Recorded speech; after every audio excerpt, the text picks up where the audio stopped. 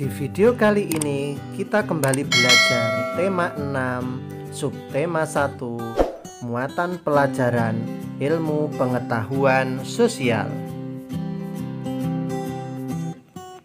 Proklamasi Kemerdekaan Indonesia.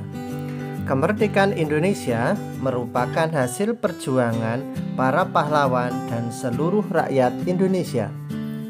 Proklamasi Kemerdekaan Indonesia diperjuangkan sejak zaman penjajahan Belanda hingga zaman penjajahan Jepang. Pada zaman penjajahan Jepang, Jepang membutuhkan bantuan rakyat Indonesia untuk melawan sekutu.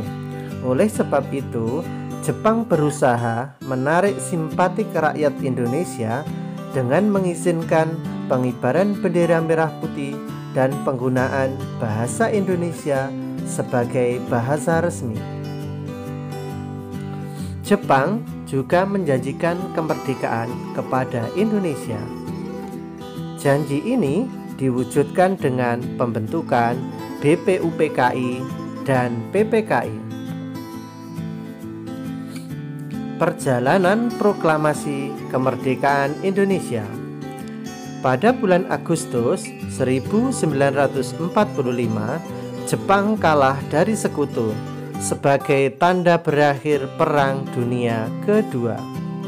Sultan Syahrir dan golongan muda mendesak Soekarno dan Hatta untuk segera memproklamasikan kemerdekaan Indonesia. Soekarno tidak menyetujui dengan alasan menunggu keputusan sidang PPKI untuk menghindari adanya pertumpahan darah. Golongan muda tidak setuju dengan keinginan Soekarno karena mereka menginginkan Indonesia meraih kemerdekaan melalui perjuangan sendiri. Golongan muda membawa Soekarno dan Hatta ke Rengas Dengklok, tujuannya untuk melindunginya dari pengaruh Jepang. Setelah berdiskusi, Soekarno dan Hatta setuju untuk segera memproklamasikan kemerdekaan. Golongan muda Soekarno dan Hatta kembali ke Jakarta dan menuju rumah Laksamana Maeda untuk menyusun teks proklamasi. Naskah proklamasi disusun oleh Soekarno, Hatta, dan Ahmad Subarjo. Naskah tersebut kemudian diketik oleh Sayuti Melik. Pada 17 Agustus 1945, teks proklamasi dibacakan oleh Soekarno dan didampingi oleh Muhammad Hatta. Berikut adalah gambar naskah teks proklamasi setelah diketik oleh Sayuti Melik. Kemudian, pembacaan teks proklamasi oleh Soekarno yang didampingi oleh Muhammad Hatta.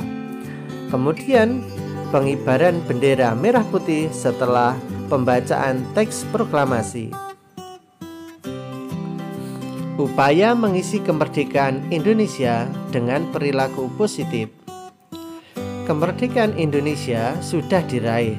Saat ini, tugas bangsa Indonesia adalah mengisi kemerdekaan untuk meraih kehidupan yang sejahtera. Mengisi kemerdekaan dilakukan dalam berbagai bidang, salah satunya dalam bidang sosial. Mengisi kemerdekaan dalam bidang sosial bertujuan untuk mempererat hubungan antar masyarakat.